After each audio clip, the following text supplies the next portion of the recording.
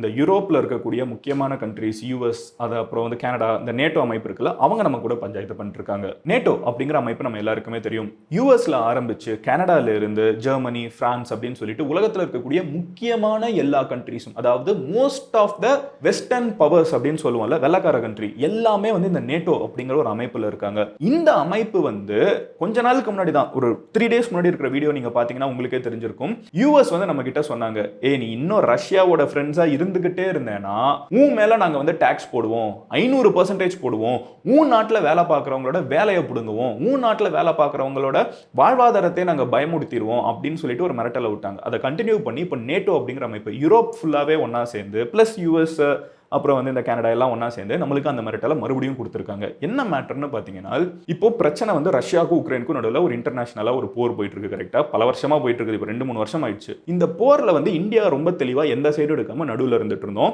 நம்ம உக்ரைனுக்கும் வந்து உதவி கொடுப்போம், அதாவது அவங்க மேல குண்டு போட்டோம்னா அவங்களுக்கு மெடிக்கல் எய்டும் கொடுப்போம். அந்த நேரத்தில் வந்து ரஷ்யா கிட்ட இருந்து நம்ம ஆயிலையும் வாங்கிக்கிட்டே இருந்தோம். ஏன்னா நம்ம நாட்டில் வந்து மிகப்பெரிய பெட்ரோல் டீசல் தேவை இருக்குது. உலகத்திலே அதிகமான பாப்புலேஷன், அவ்வளோ 2 வீலர் நம்ம ரோட்ல போகுது. நம்மளுக்கு கம்மியான விலைக்கு யார் கொடுப்பாங்களோ அவங்க கிட்ட வாங்கும்போது ரஷ்யா கொடுக்குறப்ப சந்தோஷமா வாங்குவேன். ஏன்னா நம்ம ஃப்ரெண்டு இன்னைக்கு நேத்திக்குள்ள முதல்ல இருந்தேன். இதை பத்தி நான் ஆல்ரெடி அந்த வீடியோல சொல்லியிருந்தேன். இப்போ என்ன ஆயிடுச்சுன்னு பாத்தீங்கன்னா யூஎஸ் வந்து சொன்னாங்க, ஏன்னா யூஎஸ் வந்து டைரக்டா ரஷ்யா மேல கை வைக்க பயப்படுறாங்க. யூஎஸ் மட்டும் இல்லங்க, மொத்த நேட்டோவுமே, அதாவது ரஷ்யாங்கிற ஒரு கண்ட்ரி மேல Germany, France, Italy, Canada, America, Hungary, நீங்க அப்படி எல்லா கண்ட்ரியும் சேர்த்துக்கோங்க. உலகத்துல இருக்க யூகே எல்லாத்தையும் ஒன்னா சேர்த்தீங்கன்னா கூட எல்லா கண்ட்ரியும் ஒன்னா சேர்ந்து ரஷ்யா மேல கை வைக்க பயப்படுறாங்க. ஏன்னா ரஷ்யா கிட்ட தான் உலகத்திலே அதிகமான அணு ஆயுதம் இருக்குது. ரஷ்யா மேல இவங்க கை வச்சாங்கன்னா பதிலுக்கு ரஷ்யா இவங்க மேல கை வச்சுச்சுன்னா இந்த அத்தனை கண்ட்ரீஸையும் காலி பண்ற பவர் ரஷ்யா கிட்ட இருக்குது. ரஷ்யாங்கிற ஒரு கண்ட்ரி கிட்ட இருக்குது. அதனால இவங்க ரஷ்யா மேல கை வைக்க மாட்டாங்க. ஆனா இந்த போரை நிறுத்தணுமே, ரஷ்யா உக்ரைன் இவங்களோட ஃப்ரெண்ட், இந்த நேட்டோவோட ஃப்ரெண்டான உக்ரைனை போட்டு அடி அடி நடிச்சிட்டு இருக்காங்களே. இப்போ ரஷ்யாவை நம்ம டைரக்டா அடிக்க முடியாது, அடிச்சா பதில் கடிச்சிருவோம். அப்ப நம்ம அது பண்ண முடியும். ஈரான்னா நம்ம இந்த ஈஸியா குண்டை போட்டுருவோம். ரஷ்யா மாதிரி ஒரு ஸ்ட்ராங்கான ஒரு ஆள் கிட்ட அதையும் பண்ண மாட்டோம். அப்ப என்ன பண்ணலாம் அப்படின்னு யோசிச்சுட்டவங்க என்ன யோசிக்கிறாங்கன்னா,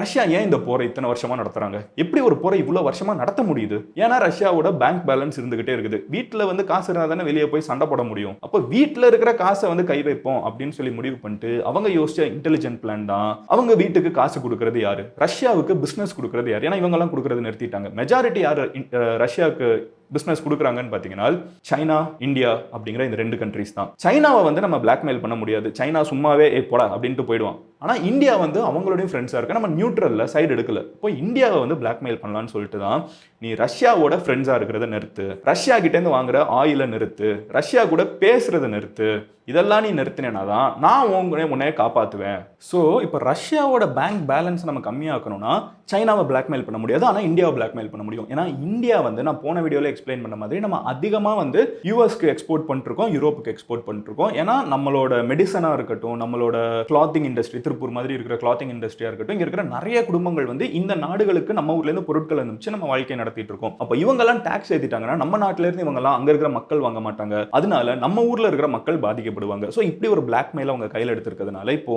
யூஎஸ் சொன்னது மட்டும் இல்லை, நேட்டோவும் என்ன சொல்றாங்கன்னா உங்க மேல டாக்ஸ் ஏற்றிடுவோம். பதிலுக்கு நம்மளோட மினிஸ்டர் என்ன சொல்லியிருக்காங்கன்னா, சும்மா இந்த டபுள் ஸ்டாண்டர்ட்லாம் வச்சுக்காதீங்க. ஏன்னா யூரோப்ல இருக்கிற நிறைய கண்ட்ரீஸே ரஷ்யா கிட்ட இந்த நேச்சுரல் கேஸ் வாங்கிட்டு இருக்கீங்க. அவங்களே அவங்களோட தேவைக்கு வாங்கிக்கிறாங்க, ஆனா நம்ம வாங்க கூடாதான். சோ இது வந்து டபுள் ஸ்டாண்டர்டு.